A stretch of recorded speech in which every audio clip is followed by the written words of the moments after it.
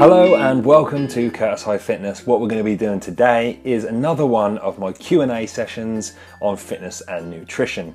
Now, I did this previously and it's nearly had 10,000 views, so it went down pretty well. If you haven't seen that video, check that out here, answering your questions. That one went on for about 25 minutes. We're going to try to keep this a little bit shorter, but answer just as many questions. So not going to go as in depth, but we're still going to get as many questions answered in a short time as possible. Currently, I'm on Periscope at the moment on my laptop. Also, I've just got some questions up on my phone as well, which have already been asked on my social media. We're going to get them underway, and if any live questions come through on Periscope, which is now live, then we'll get them answered as well. I'm going to post all the questions at the bottom here as well, so you can obviously see who asked the question. Do you count BCAAs as calories in your macros? I personally do not, but I know a lot of people who do. Obviously, they would count as protein macronutrients. The only thing is, when I start leaning up and getting below the sort of 10% mark, that's when I might start looking at sort of counting those as macros. When you just want to neaten up that really super ripped look, that's when you want to start maybe just looking at counting those as calories. Question 2. Watching your sciatic stretch video has helped me tons. Any advice for bad lower back? If you haven't seen that video, check that out here. It's gone down really well, had over 100,000 views now. That was just a stretch I was given to help me with my sciatic pain I was getting, and so I thought I'd just share that. I personally am not a doctor, and obviously without seeing you, I will not know your diagnosis. So all I can say is you're best to go see a physio. Obviously, like I say, without seeing you, it would be impossible to tell, but obviously those sciatic stretches definitely helped me, and I just said give them a go.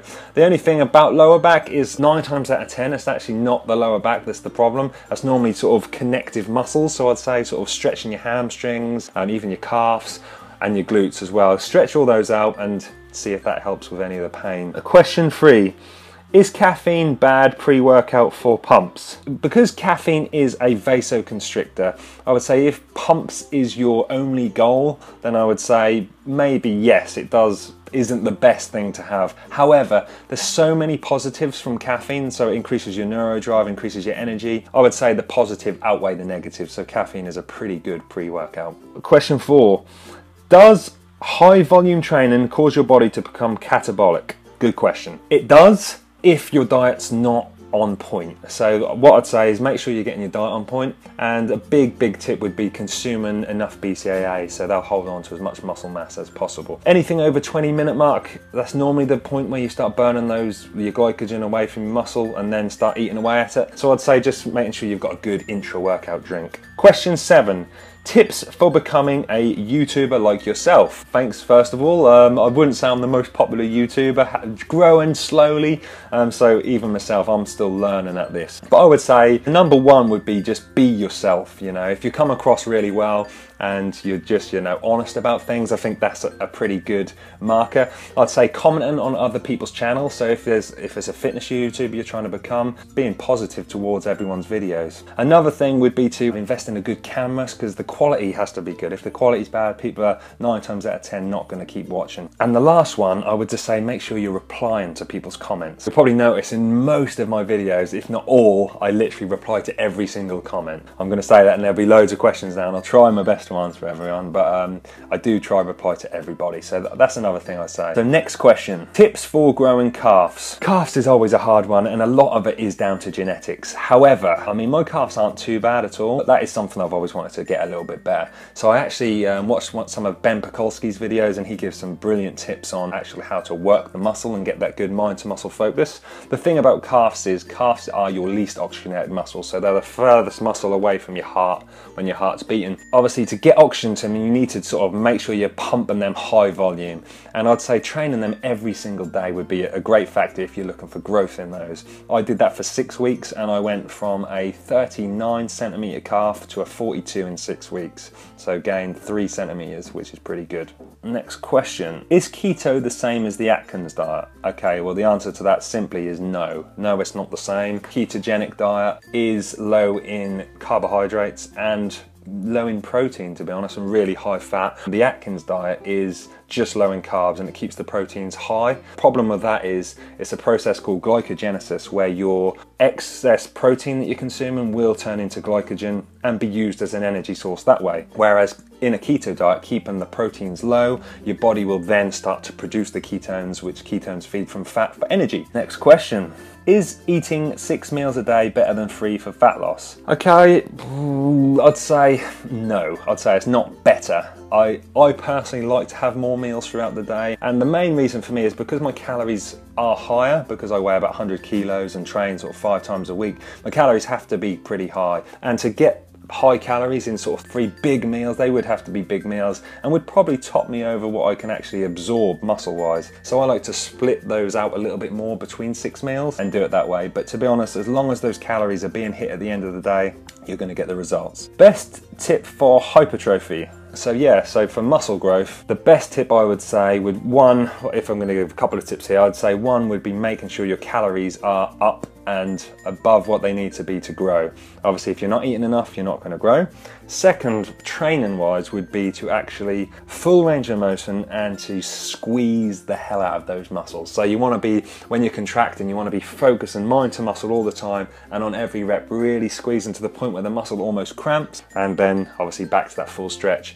The main focus for your training should be pumping as much blood as possible into those muscles. Next question, would you include squats, deadlifts and bench press for a newbie in the gym? Definitely, yeah, they're great exercises. The only thing is the most important part would be optimizing obviously form. So they need to be able to perfect the form first, so get them on a super lightweight and just make sure the form is 100%, and then they can start increasing that weight. But definitely teaching the fundamentals of the lifts is definitely important for a newbie, and obviously an experienced lifter as well. Are you sponsored? Well, at the moment I'm not sponsored. I do work with some companies, so like Fitness Genes I'm an affiliate for, so obviously there is a code that you can use. I'll post all the information in the section below. Muscular Strength is another one, and I obviously was working with Callum Best's company, Best Life, but they've kind of stopped doing their supplement range now and focusing more on clothes. So I'm currently unsponsored, and I could use this as a little plug for all the good companies to get in touch. Don't get me wrong, I do have a lot of companies message me wanting to sort of make me part of their label,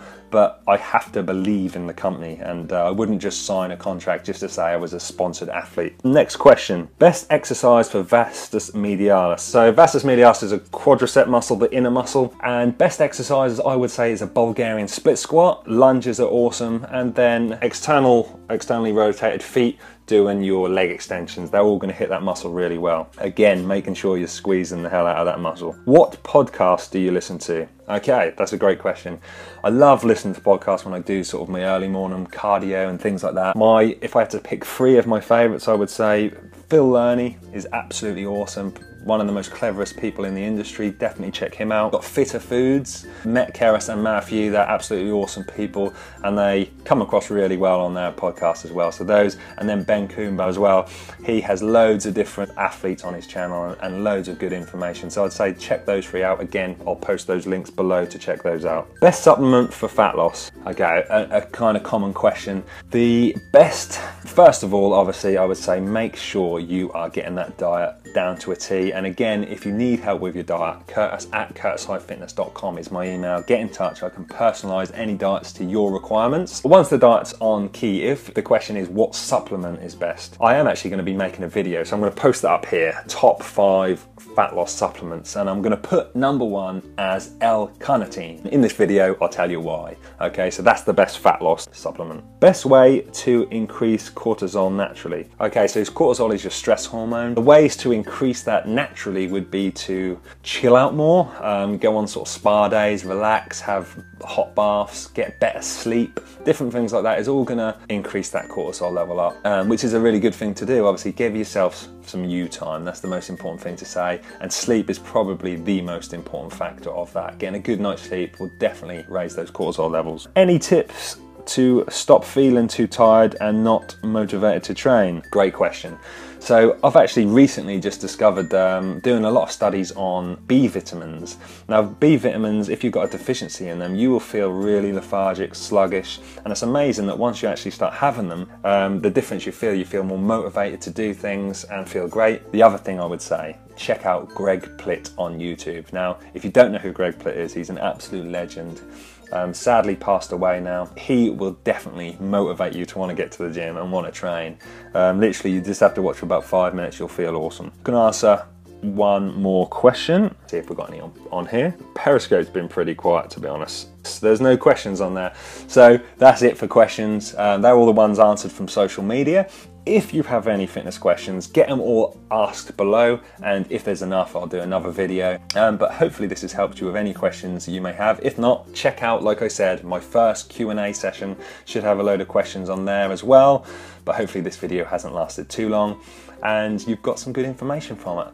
As always, more great videos coming soon, and don't forget to subscribe.